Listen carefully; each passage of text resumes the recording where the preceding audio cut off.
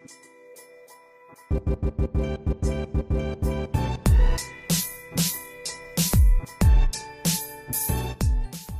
so I'm talking to Irũngũ Houghton, Executive Director, Amnesty International Kenya.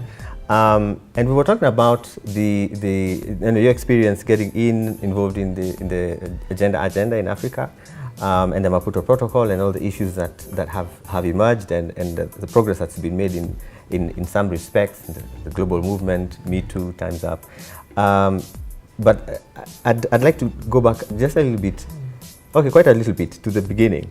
And there's quite a number of issues that you've mentioned: female genital mutilation, right. Gender-based violence of other types. The case of Nuria in Sudan.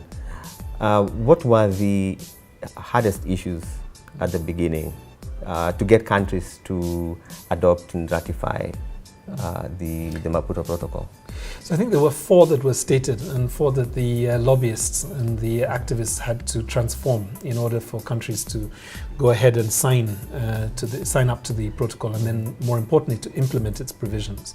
The first relates to, I guess, sexual and reproductive health rights issues. So this is the right to safe abortion, the right to, the right to sexual education in schools. That's the first group. The second group relates to, I guess, what you'd call cultural practices, and of course everything is culture. Yeah. But the way that governments would respond to us is they said there are some things that are a little bit sensitive. Like for example, the family unit, and we don't want a protocol that outlaws polygamy, for example. We don't want a protocol that interferes with marriage practices, even early child marriages, or child marriages, I think is the simpler phrase. So child marriages, we don't want to interfere with that because we've been doing this for centuries. Yeah. The third area was, I guess, related to, this one was not so pronounced in the conversations, but actually I think is one of the more important ones today, which is the idea of alternative sexuality, or the right to choose your sexuality. So if I think back to 2003, we didn't have debates about lesbians, we didn't have debates about transgender or intersex or LGBTIQ communities, but I know now that is a debate that is raging across the continent, and in some ways the homophobia that we see on the continent is not able to distinguish, in some cases, what are heterosexual women rights issues and what are sexual preference issues. Yeah. The fourth one, maybe to raise again, which was probably not that well argued, but you and I probably would take it as important, is the issue of masculinity, right? It was an assumption in the protocol that by addressing women's rights issues, we would create gender equality and justice in our societies. What we perhaps didn't pay much attention to is the issue of masculinity. And I don't see this as crudely as what about the boy child, right? Because that's the kind of way people go, what about the boy child? That's a default. No, what we're looking at essentially is large numbers of young, boys and young men who are growing up without role models of positive, respectful, and generous, empowering male figures, and that is also of concern.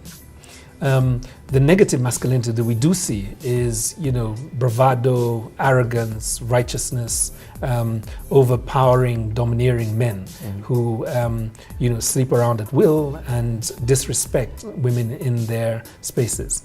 And I think that's the fourth area that perhaps was an oversight back in 2003, which now is, of course, a big issue. Big issue. Have we made progress in regard to some of those things that were big issues back then?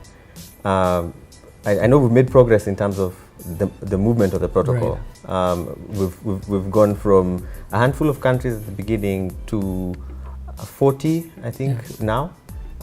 Meaning we're left with just a small number of countries that need to overcome their discomfort. So I mean, the protocol is a great story in some ways. So go back to 2003. The 4 organizations and the 4 individuals were at the AU, and I think a year after the protocol had passed, only one country had ratified the protocol. And that country was the Comoros. And at this point, we talk about a protocol going into force? Oh no, we haven't even got into force. So how many? 25 countries are required for a protocol to go into force. Okay. Right. So for it to have any legal legs, any legal power. Yeah. And at that point, there's just one. Just one. 1 year afterwards. Yeah. So we went to the AU summit, and I remember asking one of the ambassadors, typically, how long does it take for a convention or a charter or a protocol to come into force? And they said, well, it could take even 15 or 20 years. We still have OAU resolutions and OAU charters that have not had enough signatures and ratifications for it to come into force. So we began to panic. Imagine that 2 generations would go by before the protocol becomes a real force for change. So that's how we framed the campaign. Now, we reached out to the Comoros ambassador. We said, why did you ratify the protocol? He said, to be honest, we received 15 instruments, and I told my minister, just ratify all of them. We didn't know what was in the protocol. We didn't know what was in the convention. We just ratified all of them as a good Pan-African, foreign policy. So the next 2 years, we spent targeting specific countries to start the process of ratifications. Now, the protocol came into force 2 years later. It was the fastest ratified instrument in the history of the Organization of African Unity and the African Union. Right? And why it happened, and we have this on record from Winnie Byanyima, who was then the gender director, was because of the domestic pressure that we, as the Solidarity for African Women's Rights Coalition, had generated in several countries, and the naming and shaming that we did repeatedly over over 4 AU summits, where we actually went and red carded countries that had neither signed nor ratified the process, the instrument. And we gave yellow cards to those that had signed, and we gave green cards to those that had signed and ratified. So we actually made it cool to ratify the protocol.